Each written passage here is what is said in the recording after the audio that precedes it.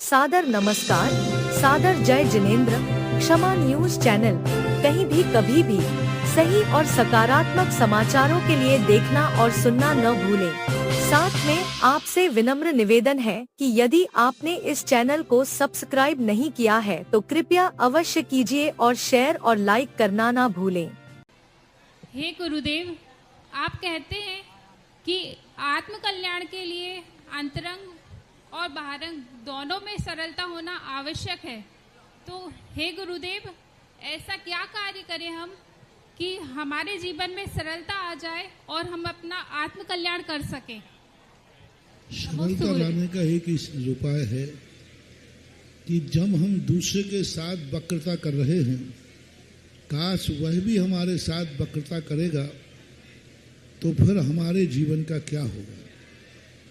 मकड़ी दूसरों के लिए जाल बुनती है, लेकिन अंत में वह मकड़ी उसी जाल में फंस करके मरती है।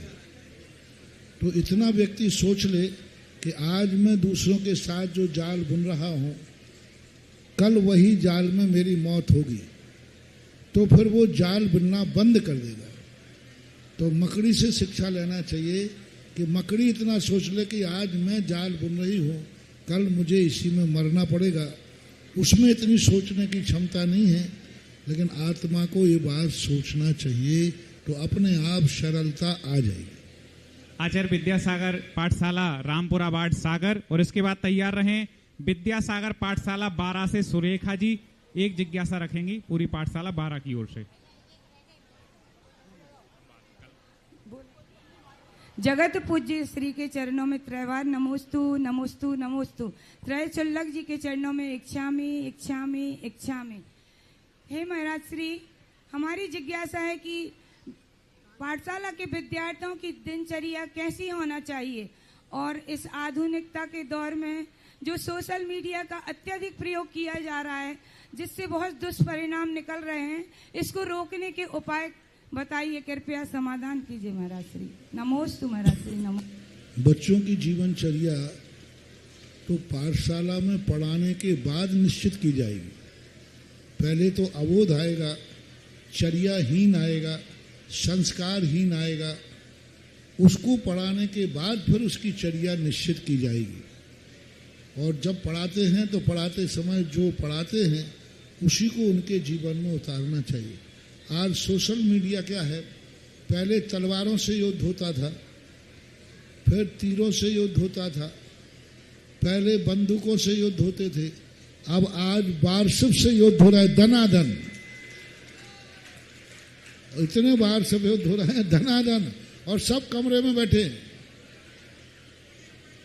और कमरे में नहीं बैठे, 2 नंबर में, 1 नंबर में, दूसरे के नाम से, दूसरे के नाम से। ये उन युद्धों से खतरनाक है।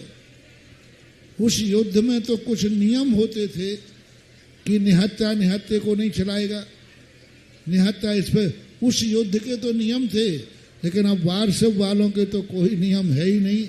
अब ये तो एक ही जब ही मानेंगे जब इनका खुद का विनाश हो जाएगा, जब ये उसी वारसिप युद्ध में स्वयं फंसेंगे, और फंस करके जब वो किसी कानून के तहत फंसेंगे तभी उनको अकल आएगी, या फिर ऊपर जाने के बाद अकल आएगी। क्योंकि निंदक लोग जो हैं वे तो या तो मरने के बाद उनका अपन छूटता है, या फिर उनको कोई ऐसी ठोकर लग जाए, वे उस जाल में जो दूसरों को जाल बुन रहे हैं वे उसी जाल में स्वयं फंस जाएं, तो फिर बार सिर्फ सोशल मीडिया अपने आप बंद हो जाएगा। समझाने से जिसको सोशल मीडिया को चस्का लग जाता है लड़ने का, समाज में सुधरी छोड़ने का, किसी को बदनाम करने का, वो समझाने से तो मानने वाला है नहीं। मैंने अच्छे अच्छे लोगों से समझवा दिया, ऐसे लोगों से, बड़े बड़े लोग उसको समझाने गए कि भाई ये बाहर से मत बनाओ, सोशल मीडिया मत बनाओ, लेकिन नहीं, वो किसी की नहीं मानता। वो जब ही मानेगा जब वो खुद ठोकर खाएगा, तभी ये बात बनेगी।